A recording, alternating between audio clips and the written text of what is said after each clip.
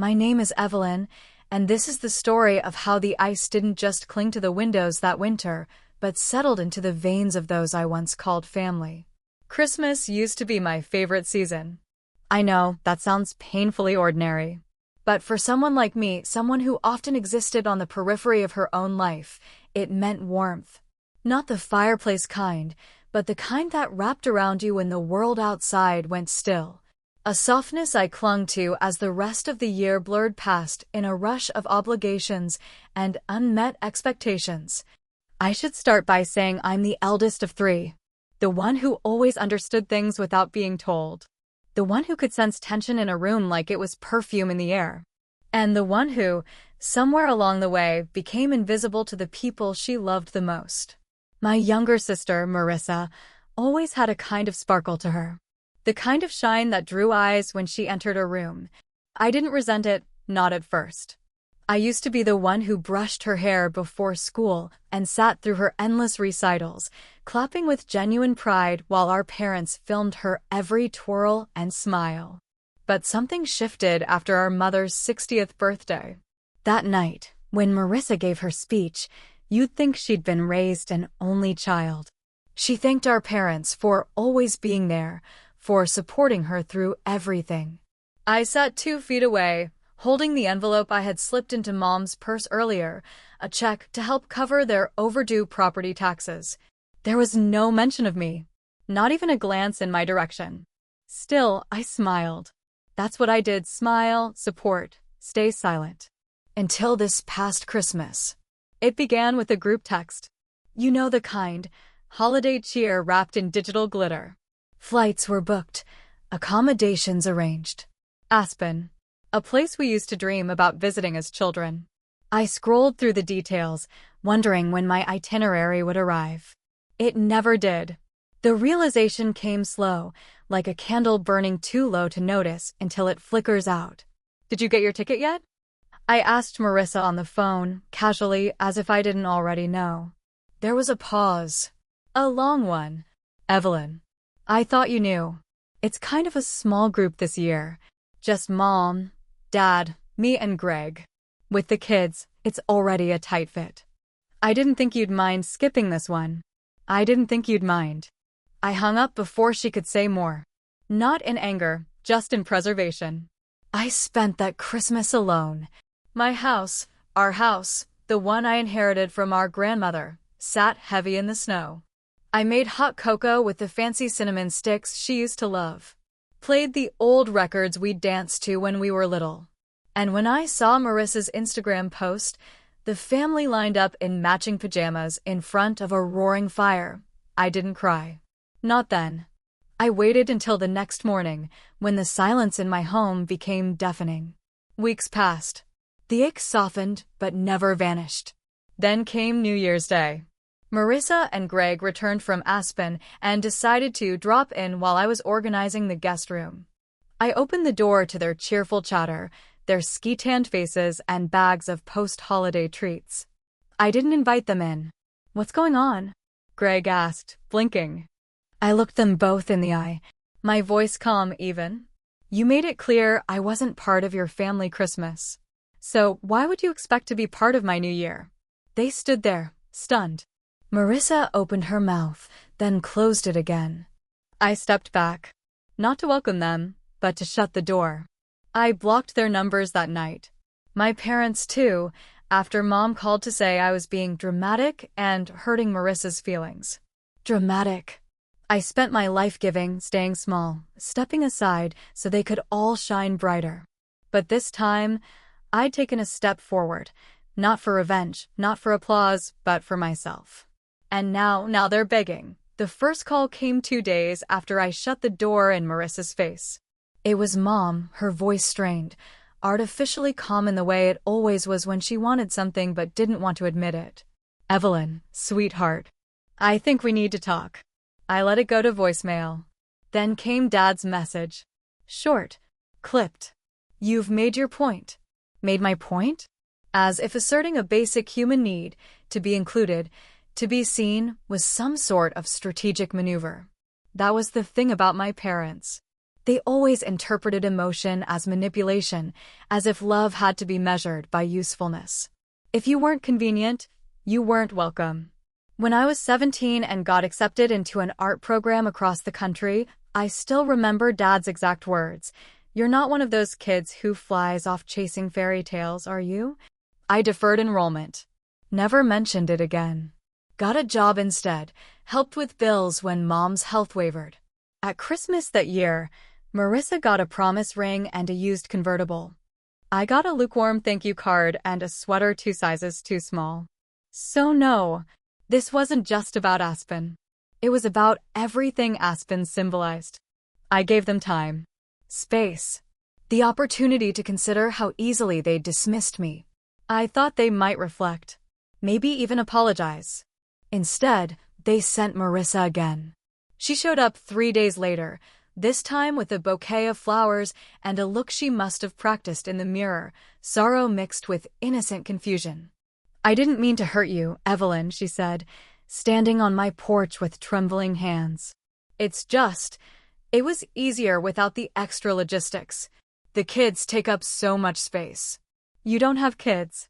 I stared at her, let her words hang in the air. "You don't have kids." I wanted to scream, tell her how I'd held her daughter the day she was born while she cried through postpartum. How I babysat for free so she and Greg could attend couples counseling. How I never told anyone that I was the one who loaned them money to fix their leaking roof last year, money that came from the inheritance I was saving to start my own art studio. But instead, I said, "You're right. I don't have kids. I have boundaries." And then I closed the door. Again. That night, I lit the fireplace and curled up with a book I'd read 10 times before. The snow outside whispered against the windows like old ghosts trying to come back inside. For the first time in years, I didn't feel like the forgotten sister. I felt like the woman who remembered herself. I expected silence after that. Not out of punishment, but because that's how they operated, my parents, my sister, even Greg.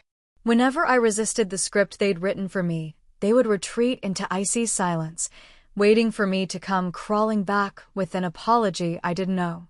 But this time, something shifted. The silence was mine. It was deliberate, a sanctuary I chose instead of a sentence I was forced to serve. I made tea that night in my grandmother's old porcelain kettle, the one she used every Sunday when she'd sit with me on the porch, letting me ramble about the future I dreamed of. She always said, "Don't shrink yourself to fit into their idea of love." I hadn't understood her then. I do now. Aunt Florence called the next day, the only relative who ever really saw me. She didn't ask what happened, she already knew. Word spreads quickly when the quiet daughter finally raises her voice.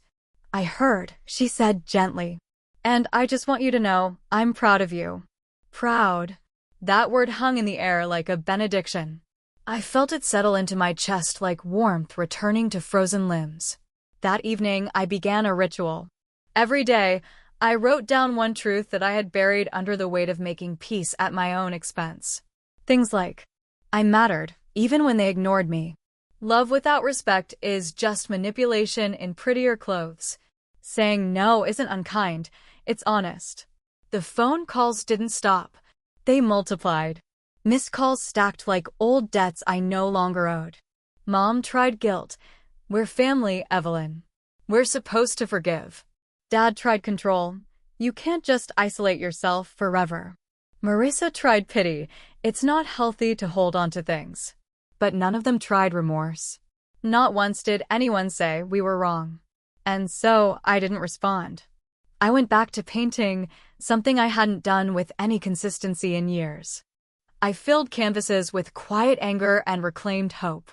Bold strokes of red and indigo, swirling grief into beauty. My little studio, once used mostly for storage, now thrummed with light and life again. One afternoon, as I painted, I heard a knock. Not on the door, on my heart.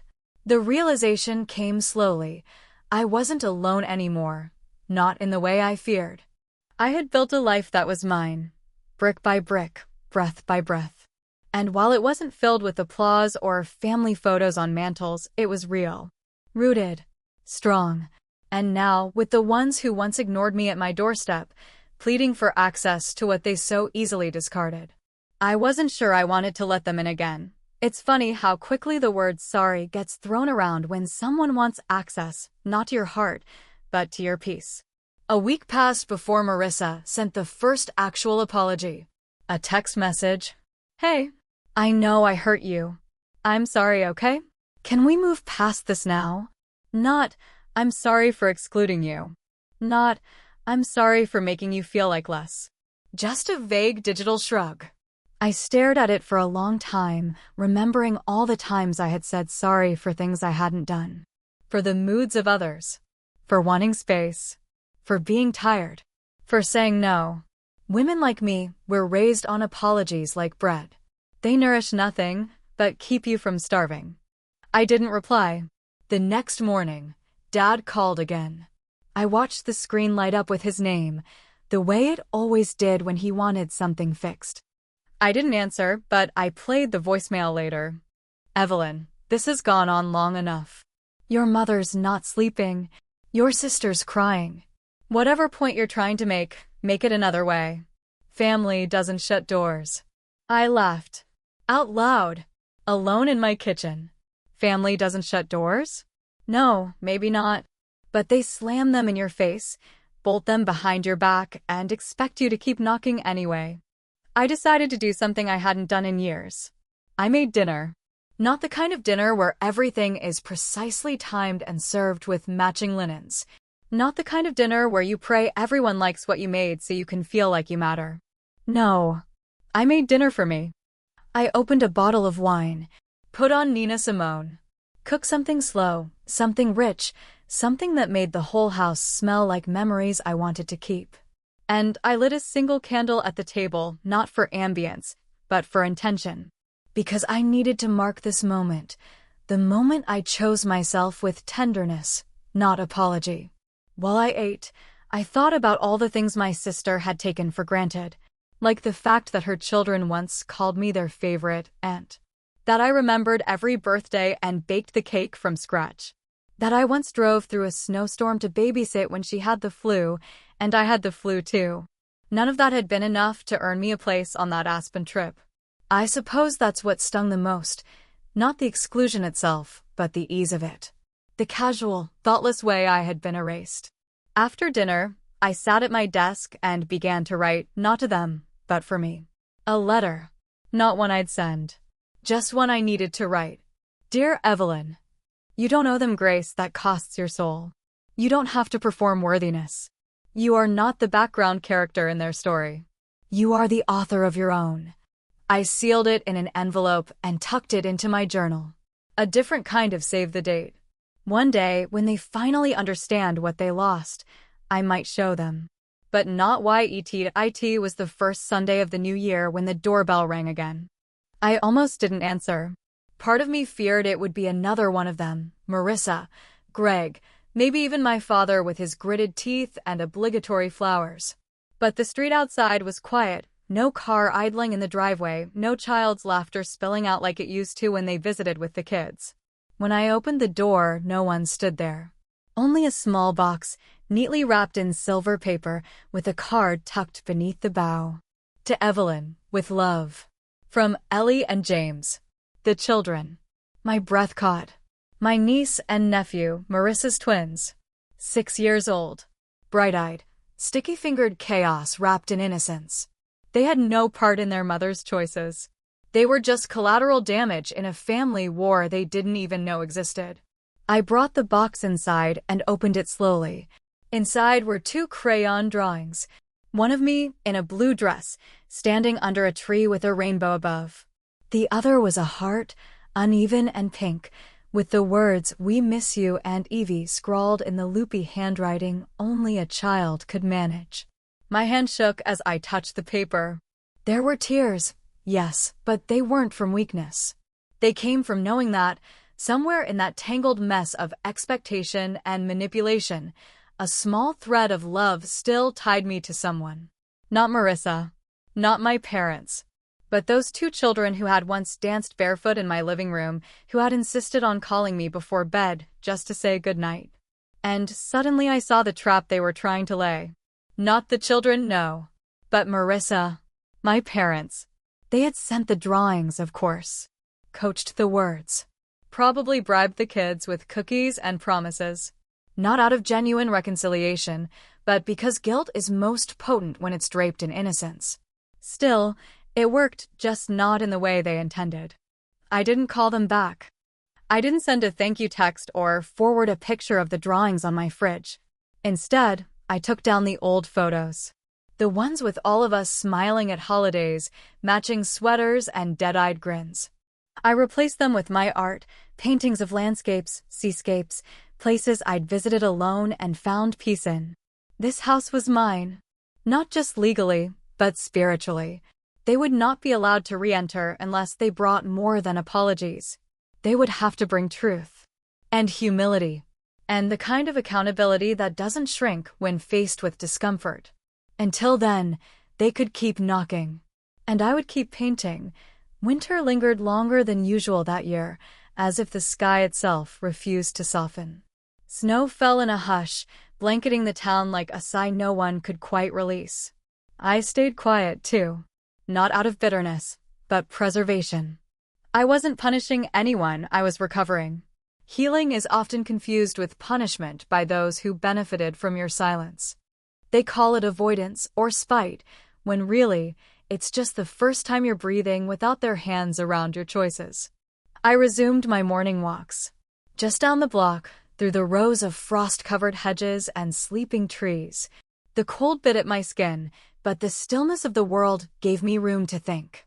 One morning, I ran into Mrs. Connolly, the neighbor across the street who had lived there since I was a child. Her dog tugged at the leash while she leaned on her cane and offered me a soft smile. "Haven't seen your folks around in a while," she said, like she was asking about the weather. "They've been away," I replied simply. She studied me for a moment, then nodded slowly. "Sometimes, peace looks like distance." That stayed with me. Sometimes, peace looks like distance. Not coldness. Not cruelty. But space. Breathable, sacred space. That night, I lit a fire in the hearth and reread an old letter my grandmother had written me before she passed. She had a knack for sensing storms before they came, and this letter had arrived after one of the first major family arguments that left me emotionally shredded and confused. Dear Evelyn, people will take and take not because they are evil, but because they're unhealed. The problem is, they'll do it with the smile of someone who thinks they're helping. Don't mistake their comfort for your responsibility. You are not their apology.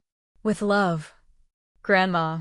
Reading it now felt like she was in the room again, her presence stitched into the fabric of my rebirth. I decided to reclaim more than just my peace. I opened a new journal, hardcover, indigo velvet, a gift to myself. On the first page, I wrote, "This year I will only open doors for those who knock with respect." It was simple. It was everything. I stopped waiting for their calls. Let the voicemails pile up like uncollected mail. I didn't scroll through their social media or ask mutual acquaintances for updates.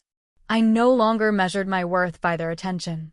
Marissa once called me the stable one, as if that was praise. But what she really meant was that I was predictable. Safe. Always available to hold her chaos so she didn't have to. Not anymore. The real irony? Once you stop playing the role they wrote for you, they say you've changed. As if growth is betrayal. Let them think that. Let them whisper. I'm not here to defend the way I choose to heal. To by mid-February, the calls stopped. I thought I'd feel relief. Instead, I felt aware. It wasn't that I wanted them to keep calling, no. But the silence was different now. Not like the sanctuary I'd built in the beginning, but something closer to calculation. A pause before a strike. I knew my family well enough to understand that absence wasn't peace, it was strategy. Still, I didn't waver. I leaned deeper into my art, waking early to paint in the quiet hour before sunrise. There was something holy about that time, when the world hadn't yet found its noise. I'd make tea, hum softly to myself, and lose time inside color and canvas. The pieces I painted began to shift, too. They were no longer about grief. They were about reclamation. One morning, while I was photographing a finished piece to submit to a local gallery, an email pinged in my inbox. It was from a woman named Leah, the owner of a boutique gallery downtown. She'd seen one of my paintings at a community center event I'd forgotten I'd donated to months ago. "I felt something in it I can't quite explain," she wrote. "Would you be interested in showcasing your work at our spring exhibition?" I stared at the screen for several minutes before replying. Not because I doubted myself, but because for the first time in years, someone was seeing me not as a daughter or a sister or the ever-reliable fallback, but as me. That night, I stood in my studio and ran my fingers over the edges of each painting. These were my stories, my resurrections. I chose 5 to submit. I didn't tell anyone. Not because I was hiding, but because I no longer felt the need to prove anything to people who weren't listening. That same week, I ran into Greg at the grocery store. He looked thinner, tired. The way people look when they're pretending they're fine and everyone around them is letting them lie. "Evelyn," he said, as if he couldn't believe I was real. I offered a polite nod. "Greg." He reached into his coat pocket, pulled out a small envelope. "Marissa, she wrote you something. She's been going to therapy. She says she's seeing things differently now." I didn't take it. Not out of cruelty. Just clarity. "If she has something to say," I replied gently, "she knows where to find me. But I'm not opening a door for a letter. Only for a person who shows up with truth." He nodded, unsure of what to say next. And for the first time, I watched Greg as his own man, not just my sister's echo. And I saw something in him I hadn't expected. Shame. Not guilt. Shame. There's a difference. I left him standing in the frozen foods aisle, between the peas and the pie crusts. Outside, it had started to snow again. The sky was quiet. So was I. But I was not weak. Not anymore. The gallery's invitation arrived on cream cardstock with a gold-embossed header, "Spring Awakening, a local artist's showcase." My name was printed in delicate script below it. Evelyn Hart. No title. No lineage. Just me. I stared at the invitation for a long time, not because I was surprised they accepted my submission, but because I finally felt I had accepted myself. For years I had created in secret, like beauty needed permission. Like my expression only mattered if someone else deemed it worthy. Now my work would hang on white walls beneath soft lighting. People would walk past, pause, tilt their heads, maybe even feel something they couldn't name. I'd given the gallery 5 pieces. Each one a chapter of the story I hadn't told anyone in full. The collection, unspokenly, was titled Inheritance. Not the kind written in wills, but the kind carved into women who were told to be good instead of whole. The first piece was called Invitation Withheld. It was a stark rendering of a snow-covered house with one darkened window, a small suitcase on the porch. It captured the moment I realized I'd been excluded from the trip. The second, The Phone That Didn't Ring, was abstract, jagged shapes in shades of blue and gray, layered over the faint outline of a call log. Mist, mist, mist. The third, What Remains After Silence, was warm, a painting of my living room bathed in lamplight, tea on the table, a single chair pulled close to the fire. It was peace in oil and canvas. The fourth, When They Beg, was a swirl of frantic colors, reds and golds, desperation hidden in floral brushstrokes. It was their chaos, no longer mine. And the fifth, the largest, Return to Self. A woman, faceless but strong, standing in the center of a forest clearing, arms stretched to the sky, roots tangled around her feet, not binding her, but grounding her. The night of the exhibit, I wore the dress I'd once bought for a family gathering that never happened. Midnight blue, floor-length, with sleeves like draped wings. I didn't invite them. I didn't need to. The room filled slowly, warm with the hush of curious eyes and soft murmurs. Strangers studied my work, asked questions, connected dots I hadn't even meant to draw. And then, toward the end of the evening, I saw her. Marissa. She stood near the back, not moving, not speaking, just looking, not at me, at Return to Self. I watched her eyes trace the brushstrokes, watched her lips part slightly as if to say something, but no words came. She didn't approach, and I didn't wave. Sometimes silence isn't a punishment. It's the final word. The gallery closed its doors slowly that night, each guest trickling out with quiet steps and gentle praise. I stayed behind longer than most, sipping sparkling water from a glass too delicate for my clumsy fingers, letting the final notes of the evening settle like dusk on my skin. Marissa never came over. She lingered by Return to Self until the crowd thinned, then slipped away like a shadow that didn't want to be recognized. I didn't chase her. I no longer chased anything that walked away from me. Leah, the gallery owner, approached as the staff dimmed the lights. She smiled, soft, but knowing. "I didn't know you were telling a story," she said, gesturing toward the 5 paintings. "I wasn't. At first, I admitted. But I think it needed to be told." She nodded. "I hope you'll show with us again." Her words should have thrilled me. Instead, I felt something deeper, a calm sort of joy, like a woman exhaling after holding her breath for a decade. That night, I went home, took off my heels, and placed the gallery invitation beside my bed, not as a trophy, but as a reminder. I had stepped fully into my name. No longer the sister of. No longer the good daughter. Just Evelyn. 2 days later, an envelope arrived in the mail. No return address. But I knew the handwriting instantly. My mother's, looped, precise, rehearsed. Inside was a letter. It wasn't long. And for once, it didn't ask anything of me. "Dear Evelyn, we saw your work. We didn't know." I don't know if sorry is enough, but I'll say it anyway. You deserve to be chosen. Not just included. Chosen. Love. Mom. I stared at the letter for a long time. It didn't fix anything, but it didn't wound either. It just sat there. A small offering in the wreckage of all they'd ignored. That night, I didn't cry. Instead, I pulled out a blank canvas. And for the first time in a very long time, I didn't paint my grief. I painted a doorway. Wide open. Not for them. For me. Forgiveness isn't soft. That's what they don't tell you. It's not some glowing light that descends on your heart and makes everything easier. It's a blade you learn to hold by the hilt instead of the edge. Still sharp, still dangerous, but no longer cutting you. After I read my mother's letter, I didn't respond right away.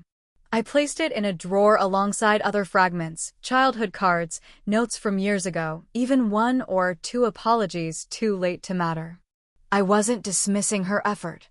I was just pausing. The kind of pause that says, you don't get access to me just because you finally noticed I was bleeding. A week passed. Then Marissa texted. A different kind of message this time. I saw the paintings. I stood there for an hour. I didn't know you felt all that. I thought you were just strong. I didn't reply, because strong was the armor they handed me when they didn't want to look at what they'd done. A few nights later, I attended a quiet dinner hosted by Leah for the gallery contributors.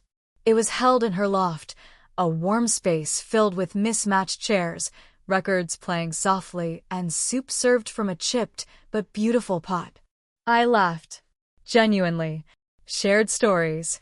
Met other artists who, like me, had buried pieces of themselves in canvas and let the world interpret the aftermath. That night, I walked home under a sky heavy with stars. I remembered a Christmas night years ago when Marissa had received a diamond bracelet and I had received a blender. "You're the practical one," Dad had said with a chuckle. "You'll appreciate something useful." And I had smiled. Always smiling.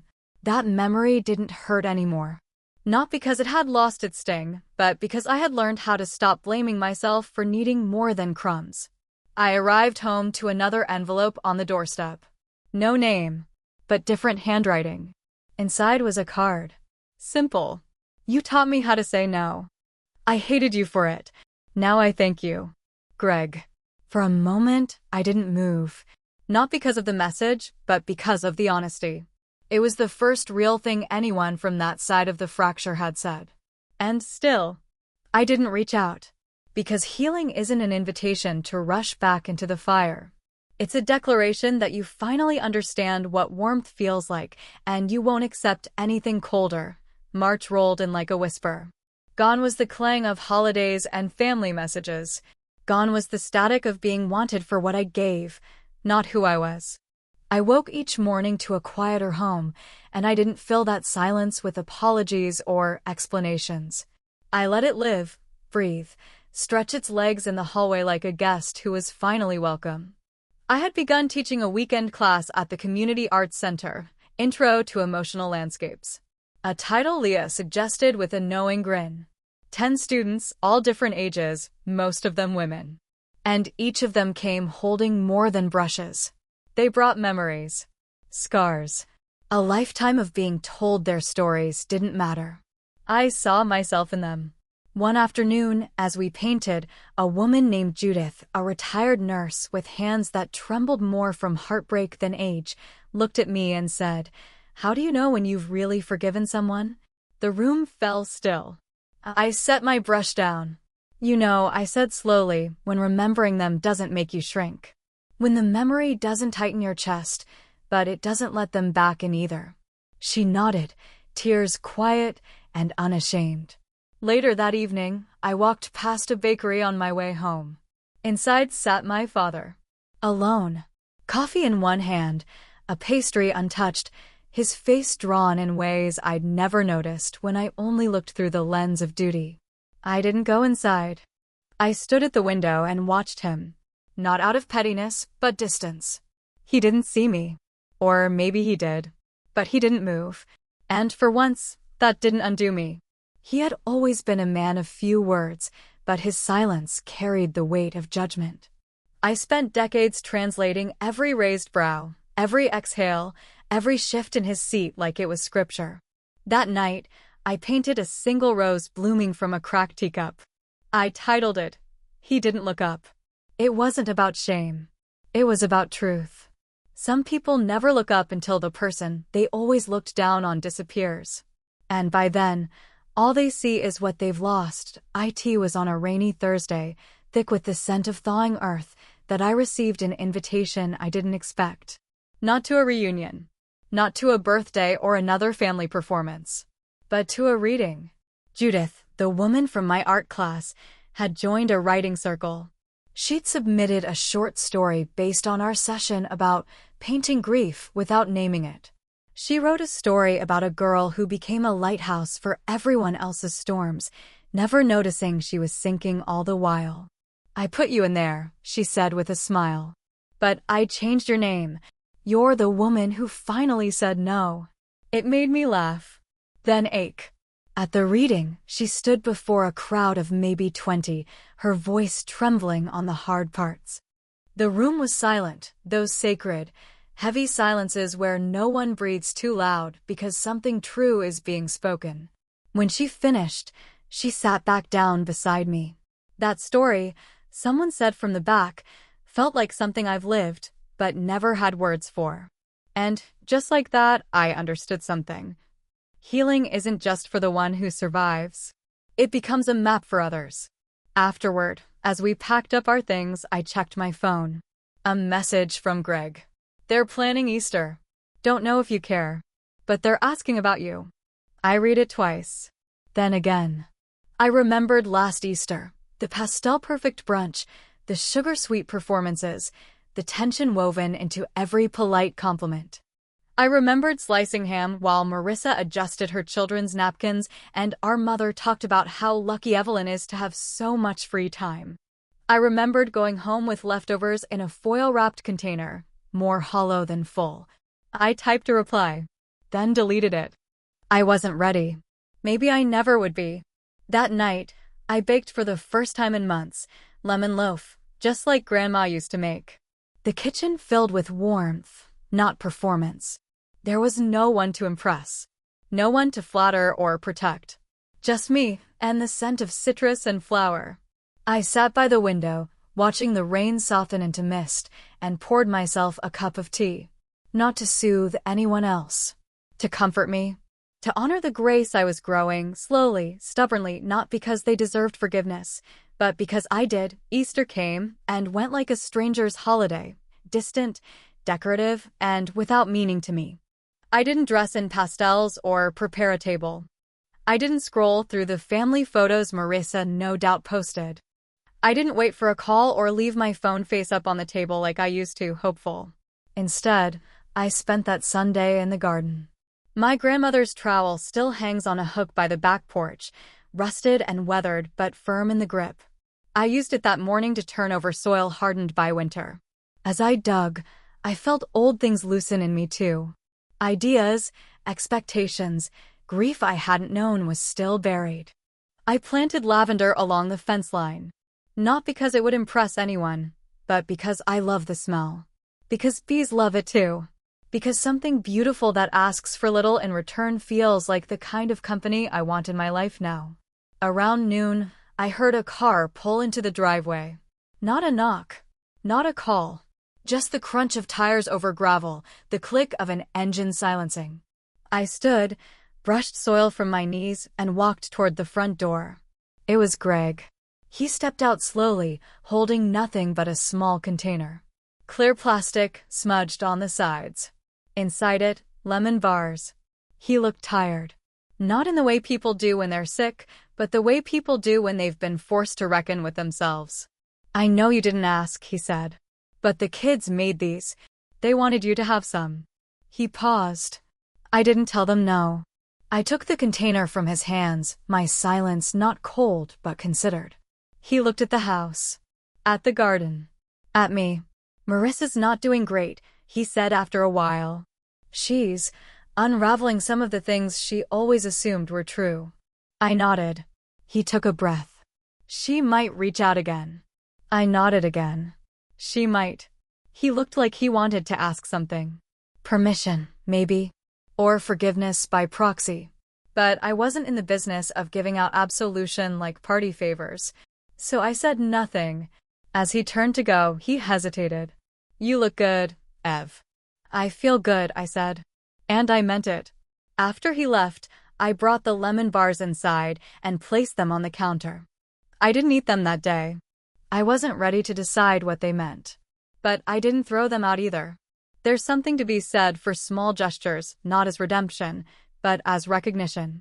The next morning, I painted lavender climbing a fence and a single bee hovering near. I titled it, "Something Worth Staying For." The lemon bars sat untouched for 3 days. I watched them from the kitchen counter like they were a riddle. Sweetness, effort, memory, guilt, all layered beneath a dusting of powdered sugar. I finally ate one on the 4th day. Not out of nostalgia. Not out of forgiveness. But because I wanted to. They were good. Not perfect. A little too tart. But real. It reminded me of how healing tasted. Unexpected and just a little off, but still good enough to keep going.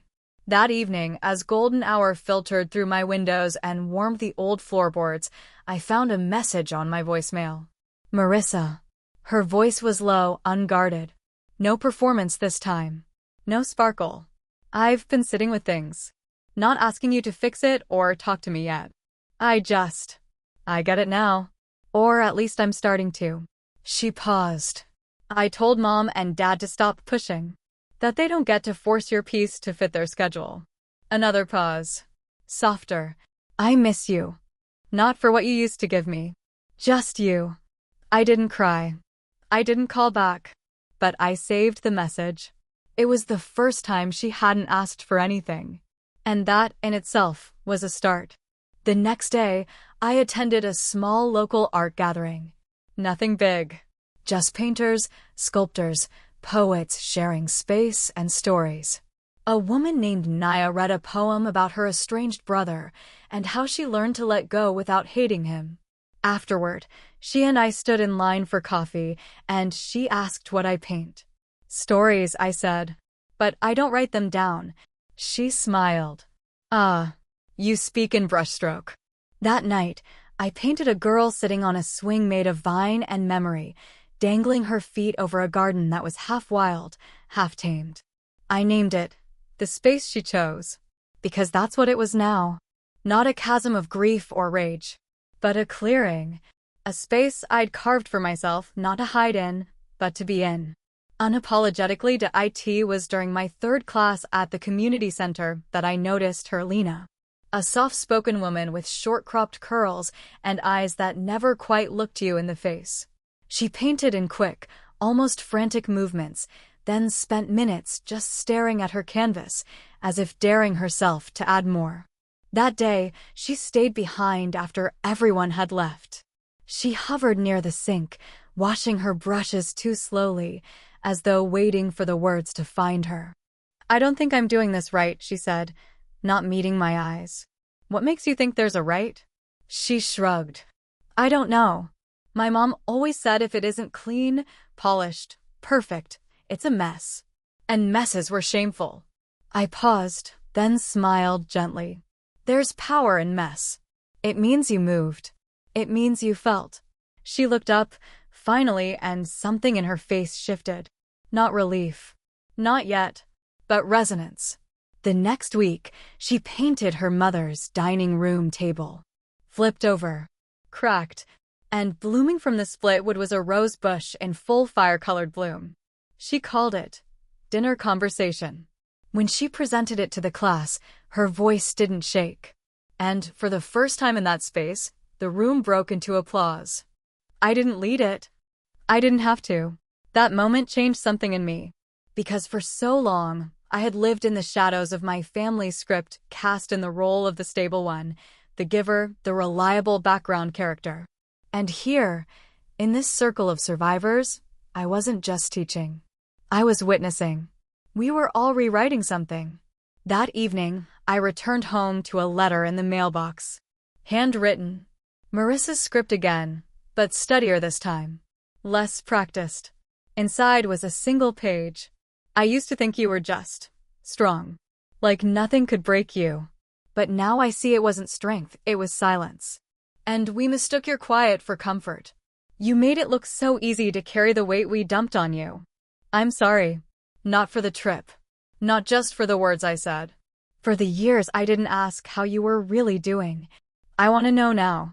When you're ready." I didn't respond. Not yet. But I didn't tuck this letter away like the others.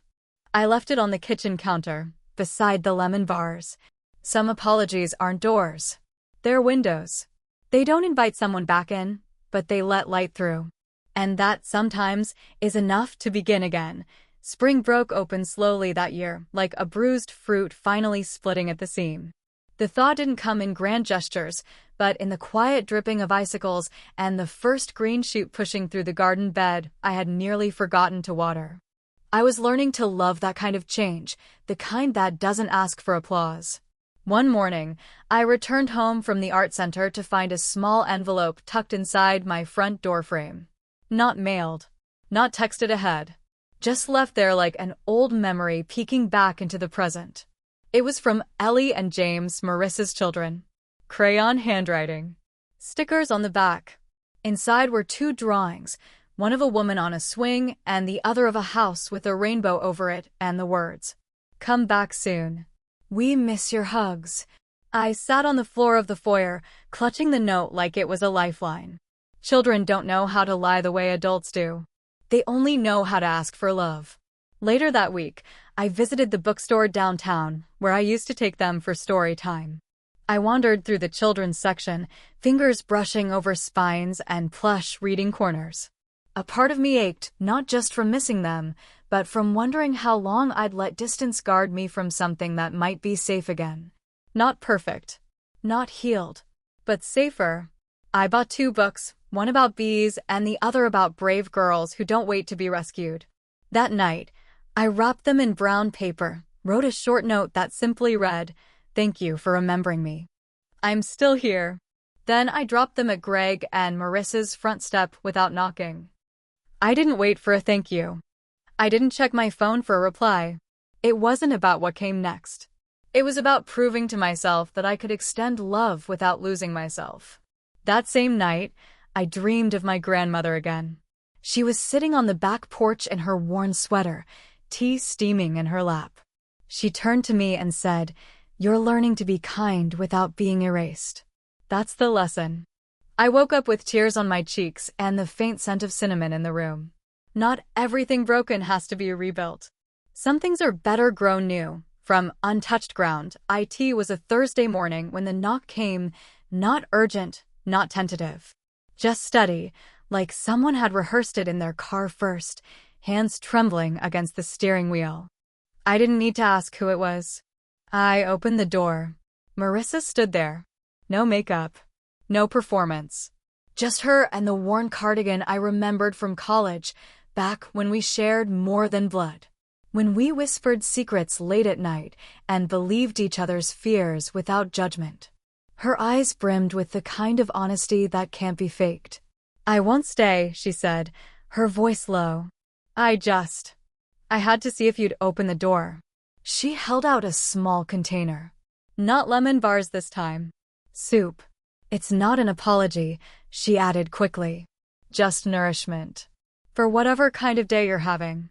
I took the container. Still warm. "Thank you," I said simply. She nodded, then hesitated. "Can I sit for a minute?" On the steps. I stepped aside. We sat like strangers who had once known each other deeply, side by side, knees nearly touching, but worlds apart. "I didn't realize," she began, eyes on her hands, "how much I needed you until you stopped showing up." I said nothing. "I thought I missed your support," she continued. "Your help, your steadiness. But I think I missed your presence. Your quiet. Your way of making space feel safe." She looked over, finally. "I'm not here to fix it all. I'm just here because I know I helped break it." That was the first true apology she'd ever given. Not for what she'd done, but for what she hadn't seen. We sat there a while longer, the wind stirring the lavender shoots in the garden. When she finally stood to leave, she didn't hug me. She didn't ask for anything more. She just said, "I love you, Ev," even if I didn't always act like it. And then she walked down the path and back to her car. I didn't cry until the door closed. But it wasn't sadness. It was relief. Because sometimes the most healing moment isn't reconciliation. It's recognition. After Marissa left, I didn't rush to tell anyone. Not Judith, not Leah, not even the quiet journal pages I usually confided in. Some moments aren't meant to be shared right away. They need to steep like tea, their meaning clearer with time. The soup sat in the fridge for 2 days. I wasn't avoiding it. I was honoring the gesture, not the food, but the fact that it came without strings. On the 3rd day, I warmed it on the stove and ate it with crusty bread and a silence that no longer felt heavy. And I realized something. I wasn't waiting for her to come back. She already had.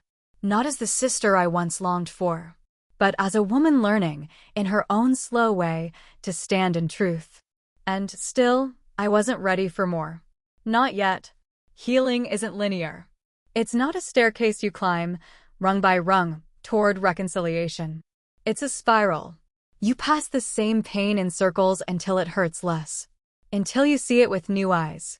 Until you can carry it without letting it carry you. Later that week, I got a text from Greg. No pressure. But the kids want to paint with you sometime. Said their drawings have gotten way better, smiley face. I smiled at the screen. I didn't reply right away. Instead, I walked to the garden and knelt beside the lavender. It was blooming now, tiny violet heads turning toward the sun like they remembered how. I spoke aloud, softly, to no one. I'm still learning how to bloom, too. That night, I painted something new. Not sorrow. Not memory. Not even release. I painted a child's hand reaching up toward a brush held by an adult. The background was golden, warm, endless. I called it, "When You're Ready." And I knew exactly who it was for.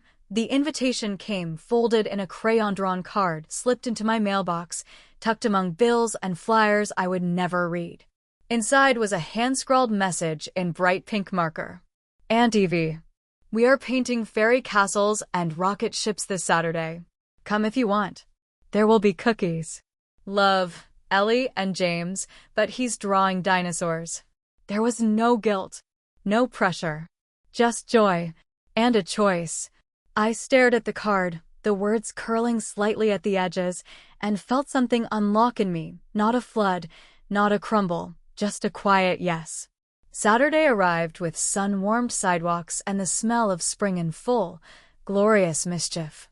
I packed a small bag with paints and brushes, the same ones I used with my students. I even brought an apron that had once belonged to Grandma, now splotched with blues and greens and stories that dried between layers. When I arrived, the front door was already open. Not a grand gesture, just ajar. Like they wanted to show me there was no more need for knocking. Greg greeted me. A simple nod, a quiet thanks in his eyes. Inside, the dining table was covered in newspapers and watercolor paper. Ellie squealed when she saw me and dragged me in by the hand. James waved with a mouthful of cookie. Marissa stood at the edge of the room. No words, just a look. Grateful, humbled, still not expecting anything more. I appreciated that. We painted for hours. Castles with chocolate fountains, dinosaurs wearing tutus, a spaceship shaped like a bunny. The kind of silly, wild joy that doesn't ask to be deep, just shared. At one point, Ellie leaned close and whispered, "Mom said you're magic." I smiled, eyes stinging. Only when I paint. James looked up. You were sad before. But not today, right? I nodded. Not today. As the afternoon waned, and the kids ran outside with cookie crumbs trailing behind them, Marissa quietly handed me a new cup of tea. Not the old blends I hated. My favorite cinnamon orange. A detail she had once ignored. Now remembered. I'm not asking for the past back, she said softly. I know, I replied. We sat in silence, sipping slowly, watching the wind chase leaves across the porch. And for the first time in a long time, I didn't feel like I was giving something up by being there. I felt like I was being given to. The drive home that evening felt different. Lighter. Not because the past had disappeared, but because it no longer clung to me like a wet coat. The children's laughter still rang in my ears, sticky with joy and paint. And Marissa's quiet grace, however hesitant, hummed like the start of a melody I once knew. I pulled into my driveway, headlights slicing through the dusk, and sat in the car for a long moment, hands resting on the wheel, heart thudding in a rhythm that felt open. Not exposed. Open.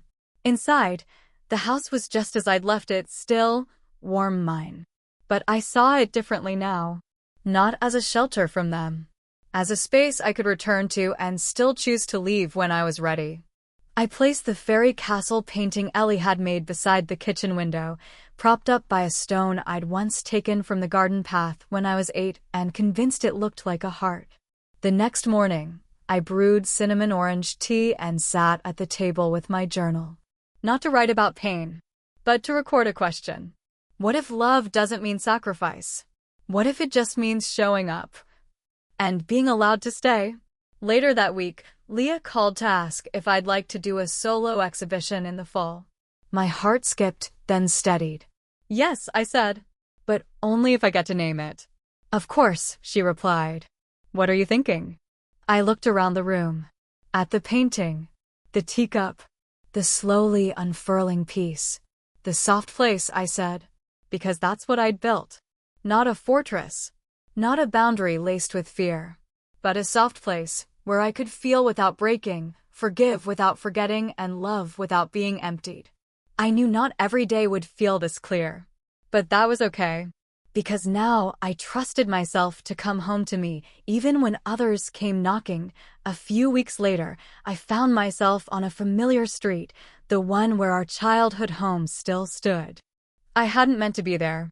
My errands had simply led me down memory's alley, and before I knew it, I was parked across from the past. The house was freshly painted, blue shutters now instead of green. The maple tree we used to climb had been trimmed down, branches cut back like someone had tried to tame even the sky. I didn't get out. I just watched. Not out of longing, but reflection. That house had held so many versions of me. The quiet girl in the attic with her sketchpad. The teenager who learned to laugh small enough not to disrupt the room. The woman who poured her inheritance into keeping her parents afloat, thinking one day they might say thank you without strings. But none of those versions live there now. And neither did the pain. As I turned the key in the ignition, I whispered, "I release you." Not as some grand ceremony, just a truth I needed to speak aloud. Some rooms no longer need to be walked through to prove you've left them. Back at home, I began working on a piece for the fall exhibit. I called it Exit Wounds. It was stark. A hallway leading to an open door. Light poured in, but the walls were lined with framed silhouettes, memories, expectations, the ghosts of roles I no longer played. In the center, a single set of footprints walked away. Mine. That weekend, Marissa sent another message. "The kids want to visit your studio. They think it's like a secret garden." I think they're right. Only if it's a good day for you. No pressure. Just love. I stared at those words. Just love. No need. No performance. No undercurrent of guilt. And I realized, maybe people don't always need to be cut out. Sometimes, they just need to be reintroduced to you. Not the version they remember, but the one you finally let become real. The children arrived on a Saturday afternoon, arms full of paper, glitter glue, and the kind of joy that doesn't ask permission. I met them at the door, apron already dusted in paint, and led them inside the studio. Their eyes went wide. Walls covered in color. Canvases leaning like quiet sentinels. A long wooden table stained with years of trial and triumph. They didn't speak at first, just looked, mouths slightly open. Ellie whispered, "It's like a dream." James added, "It smells like magic." I laughed. "It smells like turpentine." We spent the next hour painting. Not just fairy tales this time. They wanted to make something real. So they painted my lavender. They painted a chair by the fireplace. They painted the hallway of ghosts, as James named it, after seeing my Exit Wounds sketch. I didn't correct him. Sometimes children understand more than we think. Marissa arrived later with snacks, stayed in the doorway until I waved her in. She didn't hover. She just watched the children, a soft pride blooming behind her eyes. "I brought their favorites," she said quietly, holding up a basket. Inside, peanut butter sandwiches cut into hearts, apple slices with cinnamon, little boxes of juice. I smiled. "You remembered." She shrugged. "I've started paying attention." Late, but better late than never, right? She didn't ask for a seat. I offered one. We sat together, not shoulder to shoulder, but near enough. "You've made something beautiful here," she said after a while. "Not just the art. This whole place. It feels like breathing." I nodded. That was the plan. Ellie ran over with a picture of me she'd drawn. Wild hair, arms stretched, stars in the background. "You're flying," she explained. "Because you don't stay stuck anymore." Marissa looked down at her lap, then at me. "I want to learn how to do that." It wasn't an ask for redemption. It was a confession. And I received it the only way I knew how. With quiet. With presence. With a soft nod that said, "Start here."